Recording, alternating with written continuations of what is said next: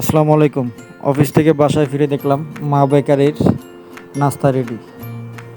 Chicken বন, মানে আমার মার হাতের এই জিনিসটা খুবই ভালো হয়। মানে দোকানে এরকম মজা করে বানাইতে পারে না। ভিতরে পুরটা দেখেন বা বনের সফটনেসটা দেখেন, মানে ওনারা দিয়ে একটা দোকান খোলা যায়। এই টেস্টি ট্রিট বা অন্যান্য যে বেকারি আছে এগুলো সব ফেলে ওনার কাছে। ইনশাল্লাহ এরকম মজার মজার নাস্তা জানি উনি আরও অনেক সময় খাওয়াইতে পারে।